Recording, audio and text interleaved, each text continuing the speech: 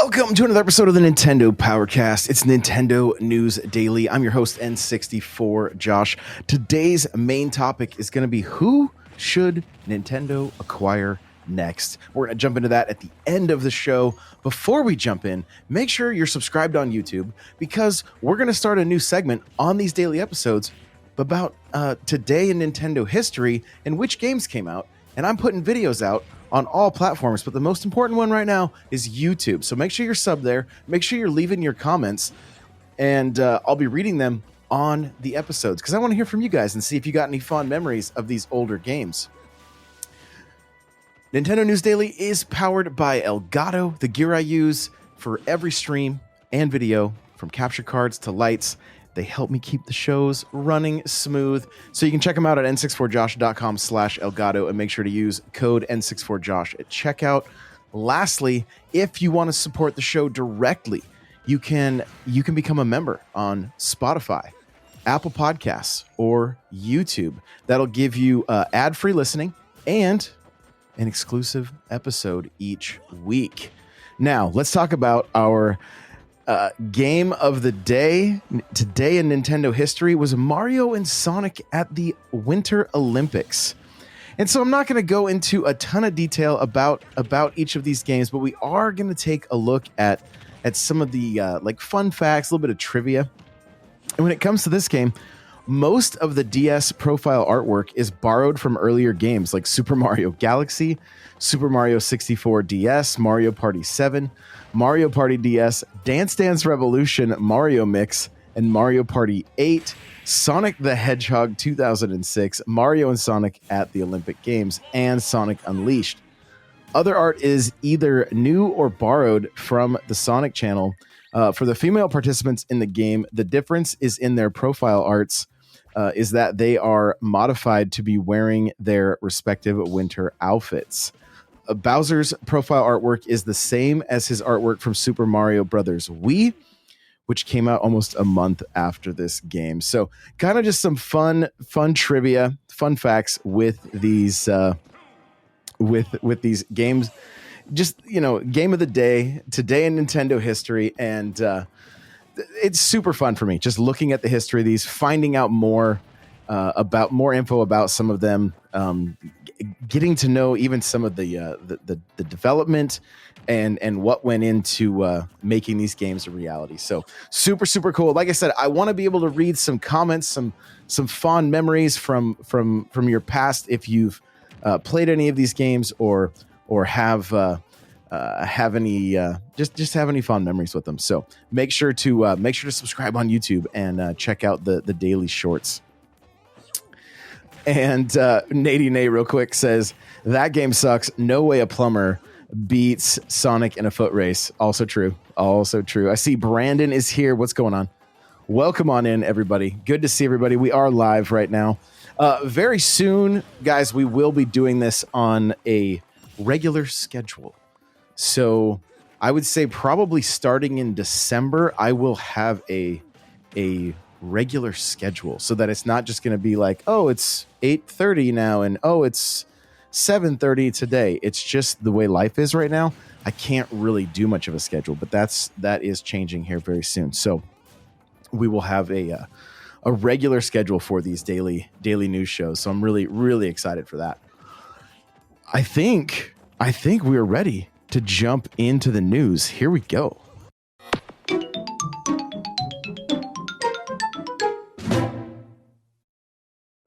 First up, we're taking a look over at Nintendo Life and Terminator 2D. No Fate has been delayed again on Switch. This is unfortunate. Nobody loves seeing these delays, but obviously if the games need it, we understand, right? And so Reef Entertainment says, hi, everyone. First of all, we want to start by saying thank you. We know you've waited longer than expected for the release of Terminator 2D No Fate. We truly appreciate your patience and support throughout this journey. The physical components for additions have been, I'm opening up the X. It's a little bit longer of a post here. Have now finally arrived following the ongoing delays that pushed us off of our previous schedules. However, we now have to assemble the physical editions, which we need some time to do.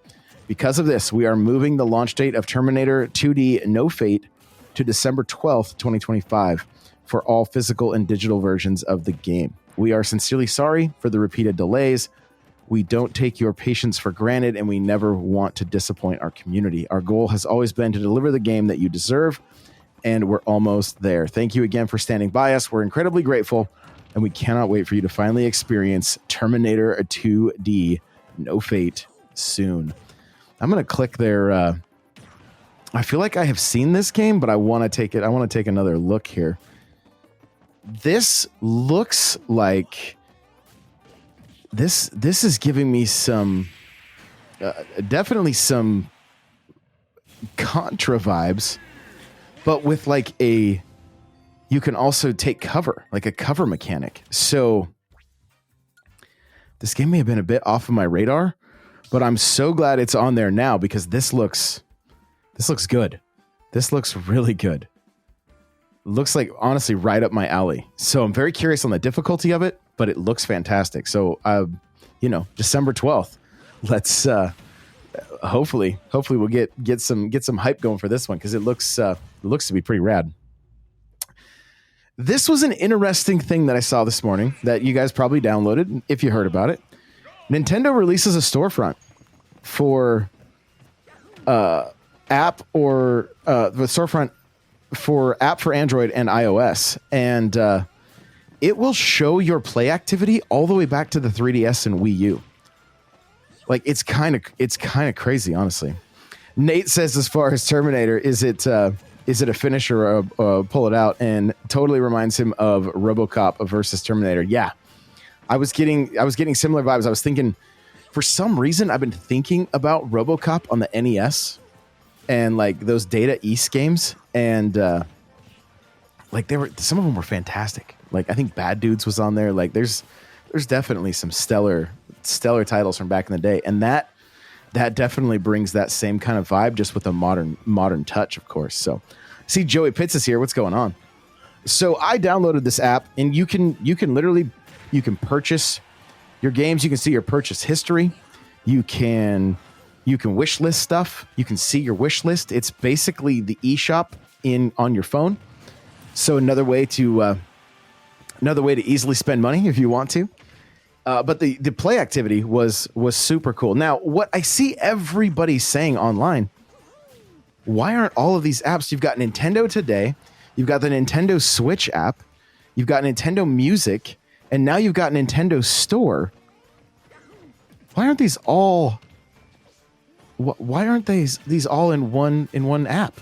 It's a little bit strange, right? It seems a little bit strange to me anyway, and I totally get it. I mean, they are, they do function different, and I guess if you want to put a folder together on your phone, you can go that route. But it does seem strange that there's just not more of the stuff all tied together in one place. But I guess that's just the way it goes for right now.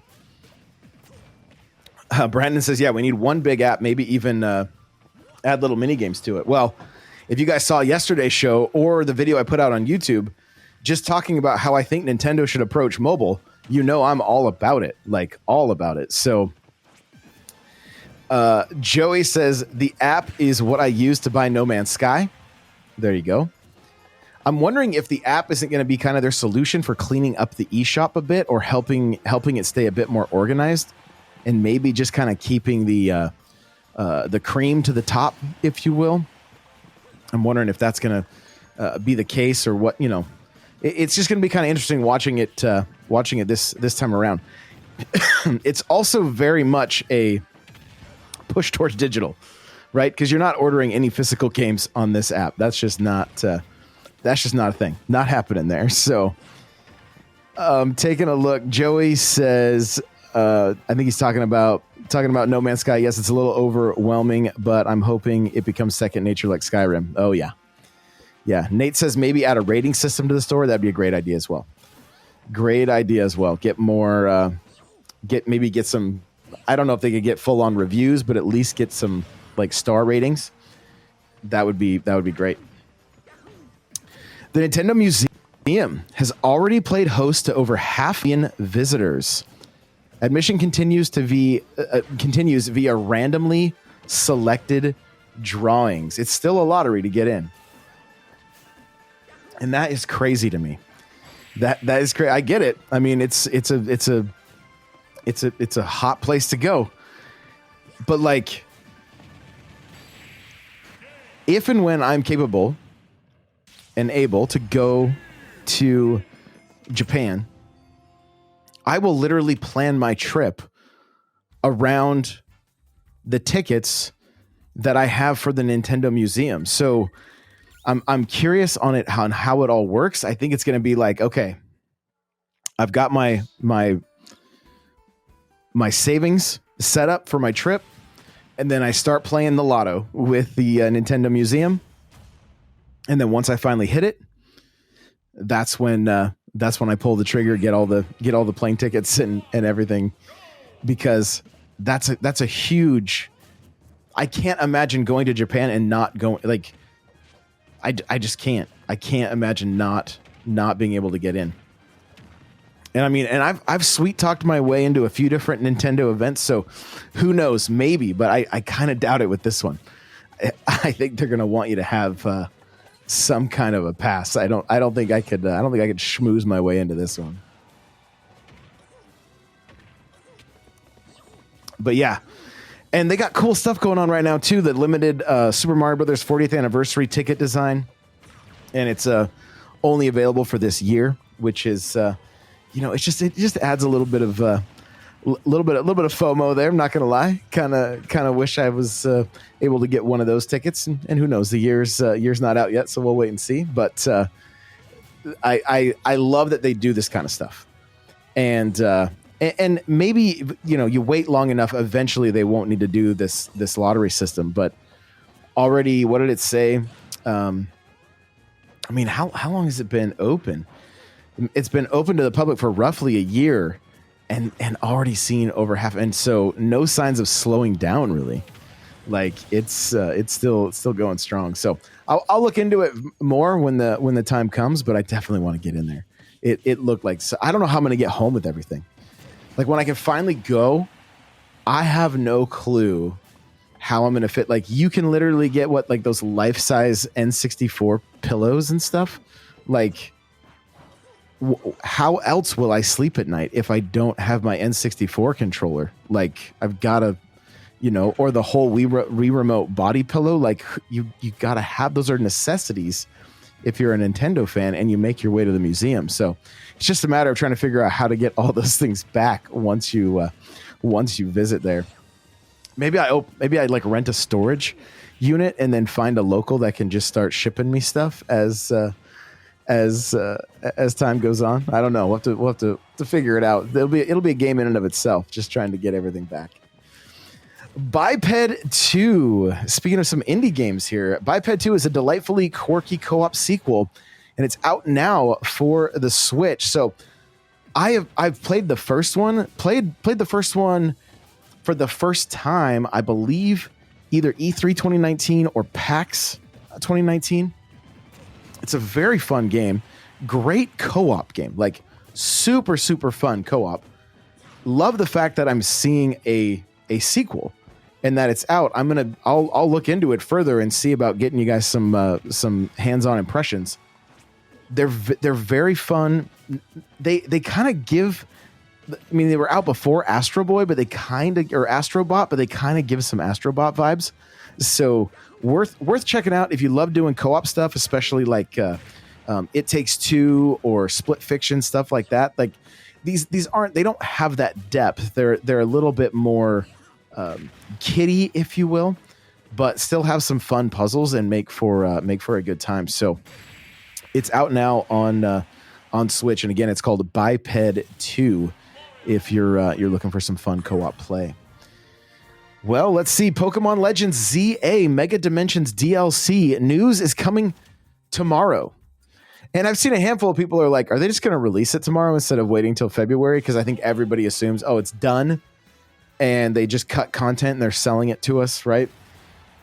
I don't even want to look at the internet tomorrow if that happens, because it will be an absolute mess. But there is going to be a trailer, and so, or at least an update. Everybody's kind of assuming it's going to be a trailer, and then what we're gonna see from this. Who knows? Like I'm very curious here. Like, are they gonna open up the world? Is it gonna expand the city? Brandon says, no, I want to wait till February, but I am getting close, I think, to finishing soon. I'm getting close as well. And like, I even saw, like, Johnny Bo was like, yo, I just want the DLC now. He might have said it on the show. I can't remember, but he's like, I'm ready. I am ready for this DLC already. And yeah, I'm very curious on how it's going to all play out. And I'm still playing that game daily. I'm having a really good time with it. And very curious on how much they're if it's gonna expand the world much, or if it's gonna mainly just add new Pokemon and new quests or whatever within that city. I think it would be cool if they did expand a little bit. I think that would make the cost of admission just a little bit better if it added a few more areas, or maybe something outside the city. I would really like to see that. So we'll just have to wait and see. Atari 50 is adding a Pac-Man expansion onto the Switch next week. And this honestly got me kind of excited. Like, I remember, like, I know Pac-Man is not Atari. I don't ever, like, mistake that. But it's also very much, like, it's almost what Mario to the is to the NES, is what Pac-Man to me when I think about the Atari, because that's what I played. I played, like, you played Pac-Man in the arcade in the 80s, and then if you had the Atari, you'd play Pac-Man on there. Horrible. It was not, Pac-Man's not great on Atari. Like, you know how his mouth kind of looks like essentially like a slice of pizza has been removed when it's open? No, on the Atari version, it opens up and down almost like a pair of pliers. Like, it's bad. It's bad. I don't even think the audio is very good, if I remember correctly. And but they are doing multiple versions of it from what I can see here. It says the DLC will include the Atari 2600 version of Pac-Man, alongside the likes of Galaga, Dig Dug, Xevious, I think, and Galaxian from the Atari 2600, 5200, and 7800. And so the 2600, not good. 5200, I believe, was better. And I know for a fact the 7800 was, I believe, Atari's 8-bit system, so it was comparable to the NES. And I remember, like, I had the NES at home. My uncle had the Atari 7800, and it was so different with the Atari controller versus with the Nintendo controller. And I remember not liking it nearly as much. I had kind of, I don't know if I'd outgrown Atari, but I was just like, this is not Nintendo. It is not Nintendo, and I knew it. So, but there's still very fond memories of these games. And Nadine Ace says, man, Pac-Man was the perfect table arcade game while at the restaurant waiting to be seated. That's funny you say that. Asteroids and Pac-Man were at my childhood dentist office, and it was the tabletop, and I would get to sit. It made the dentist enjoyable, honestly, to be able to go, and I'm like, oh, I get to play Asteroids, and I don't need to have a quarter. I get to play Pac-Man. I don't have to put a quarter in. They were just free to play, and so that was super, super fun. It was fun up until the point that they did not give me enough Novocaine one time while they were doing a filling or a crown, and refused to give me more, and continued to work on my teeth, and I could literally feel everything. So that was the last time we went there, because my mom was like, "Oh, you're not hurting my kid," and so we didn't go back after that. But it was great being able to play Pac-Man and Asteroids without having to use any quarters. While it lasted, anyway. Okay, well, that's going to do it for all of our news. It's time to get into the main topic. Here we go.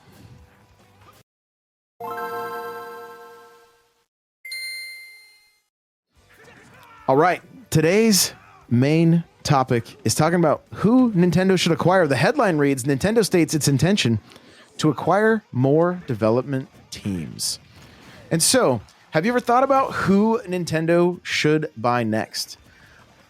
Over the years, Nintendo has bought some longtime partners, brought them fully in-house, like Next Level Games, which they officially acquired in 2021. Monolith Soft, which joined Nintendo back in 2007, being purchased from Bandai Namco. And there are still a few studios that just feel like they belong under the Nintendo umbrella. Think HAL Laboratory, the team behind Kirby, and a close Nintendo partner since the early days. You've got PlatinumGames, known for titles like Bayonetta 2 and Astral Chain, both Nintendo published. And some might even say Atlus, the RPG powerhouse behind Persona and Shin Megami Tensei. And there are even people out there that, toss around Sega. Maybe Sega is one of those wild what-if scenarios given the long history of collaboration and friendly rivalry. So let's talk about it. Which studio makes the most sense for Nintendo to acquire? And which ones would completely shake things up? And Nate came in immediately and was like, yo, they should buy Sony. They should buy Sony. Joey Pitts, right off the bat, says Nintendo needs to reacquire Rare. Let's camp on that for a little bit. I would be all for that. I'm a huge Rare fan. I would love to see, especially with the recently canceled Perfect Dark, I would love to see Perfect Dark. In my mind, Perfect Dark will always be a Nintendo IP. It was born on the Nintendo 64. And there was a game on the Game Boy as well, and that is a series that I would love to see Nintendo have their mature shooter, and Perfect Dark fits the mold. Now, Rare obviously isn't the same team that it was back then. In fact, I am of the mind that a lot of people that made the Perfect Dark and GoldenEye so special moved on to start Free Radical, which then they started, Time Splitters. But that was, that was so long ago. And then Perfect Dark has never really, it wasn't all that great on the 360 when I played it. Right. I made myself enjoy it because I was such a fan of Perfect Dark, but Halo had taken over at that point in my mind. And so I would love to see Perfect Dark back in the hands of Nintendo. And then I think I would like to see Retro be able to do the Perfect Dark games. If I'm being completely honest, I don't think I would have Rare do the Perfect Dark games. I feel like I have never been a fan of the art style of Sea of Thieves. I would not want Perfect Dark looking cartoony, right? Like in my mind, I would want it to be a much more serious and gritty game. And I feel like in the hands of Retro, they could do it. Now, along with Rare, you would get the likes of Banjo-Kazooie and plenty of other titles as well. Was it Cameo? Was another one that was great. You get the Battletoads back, which Battletoads really do seem. Of course they've got the arcade, but they were on the NES there, and they were great there. You've also got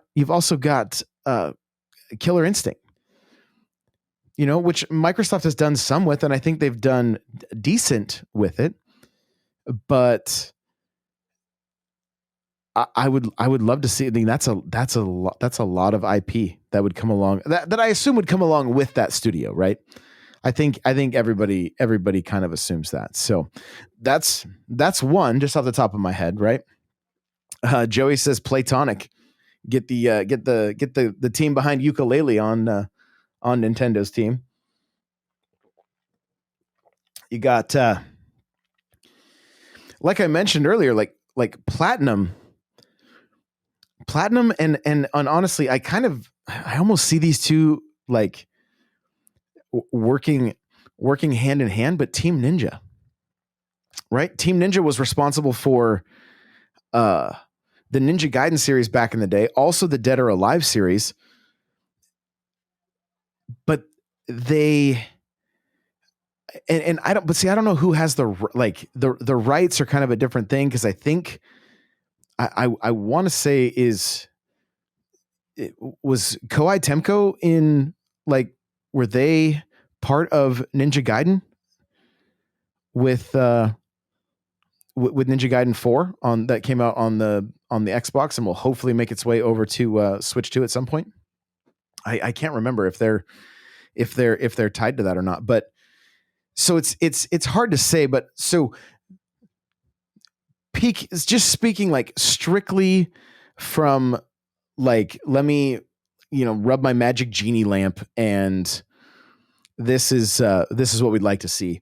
That would include games like Ninja Gaiden, Dead or Alive. I don't know. It's on 3DS, which is crazy. So maybe I went through my played games today on the on that store app, and Dead or Alive from the 3DS was there. So Nintendo has had Dead or Alive on their systems before. But of course, you've got Bayonetta, and then Team Ninja did Marvel Ultimate Alliance, which was fantastic, and I hope we continue to see that series live on, especially as a Nintendo exclusive. I mean, whether it's an exclusive or not, but I just want to see that series live on. I really, really enjoyed that game and thought the gameplay loop was fantastic. So Nate says Platinum has nothing, though. They would be a worthless buy. They're just contractors. And yeah, they're kind of a shell of what they were, right? A handful of people have left, and there's been some shakeups. It seems like ever since like Bayonetta 3 seems like it was kind of the start of things kind of going south, with like the voice actress not being happy with things and then making herself look kind of not so great online. And then you saw, I think even the head of the company ended up leaving, who was the founder or something along those lines. Like, and I don't have the info in front of me, but there was quite a bit of a shakeup within that studio. So pending they come with some killer IP, maybe, but I'm not sure, like who owns Bayonetta. And you've got some, I believe they are tied, and you guys can fact check me as always, but like Wonderful 101, wasn't that a Platinum game as well? You guys can correct me if I'm wrong, but I think that would be great to see some of those games get back into the fold. And I don't know what the future of Bayonetta holds, but like we not only got all of the Bayonetta games on Switch 1, we also got that kind of prequel to Bayonetta, that like strange little RPG game. So Sega owns it. Gotcha. Okay. So Sega owns Bayonetta, Platinum develops it, and then Nintendo publishes it. Like, what a weird love triangle that is. So strange. Like, so strange. So yeah, just throw Sega in the mix. Let's just get Sega over on Nintendo's side as well. No, I think I kind of like the fact that we wouldn't see the great advertising that we saw with like Sonic Crossworlds, where everybody was talking about how like they basically did a 90s commercial with the Sega versus Nintendo and the Mario Kart versus Crossworlds or whatever. Like that was fantastic. So I want to keep that. I want to keep that stuff kind of going. That was really good. Joey says, can Nintendo buy Lucasfilm or DICE? Imagine Mario Star Wars crossover. Not even a crossover, just getting the Star Wars games that were on the NES and the GameCube and the Super Nintendo. Like I think I talked about those not too long ago. Like there's some fantastic Star Wars titles out there, and they seem like they're just kind of stuck in limbo, and it would be so good. We started to get some of them. Like there's a pretty significant library of Star Wars games on the Switch, but some of them are strange choices. We got what was it? The Force Unleashed, but it's the Wii version. I bought that game thinking it was the Xbox version. It's the Wii version. So it doesn't look that great. I think it might even be missing levels or something. Like I was kind of like thoroughly annoyed. I got it for very cheap, so it wasn't that big a deal, but I was like, yo, this is a great game. I would play it on the go. And then I found out it's the Wii version of the game. Like, don't do that. What are we doing here? Don't do that. Any other studios that you guys can think of that come to mind that you think Nintendo should purchase? I see Army Life is here. What's going on? I know one of them that gets tossed around that I saw quite a bit was Mercury Steam, and seeing that, like, you know, the team behind Metroid Dread, and I believe the team behind Samus Returns on the 3DS, like that's a pretty solid choice. Bring them in house and just get them pumping out those Metroid games. Make sure that's their main focus, and we can see as many of those as quickly as possible because they are fantastic games. So that would be one of my choices for sure. So, well, we are going to put a bow on this thing. What do you think? Is it the right move for Nintendo to start acquiring more companies? Let me know in the comments in Discord, or you can check the poll that I have going over on Spotify. Speaking of Spotify, if you're listening on Spotify or Apple, make sure to follow, rate, and review. It really helps push the show to more Nintendo fans. And all I got to say, guys, is play it loud.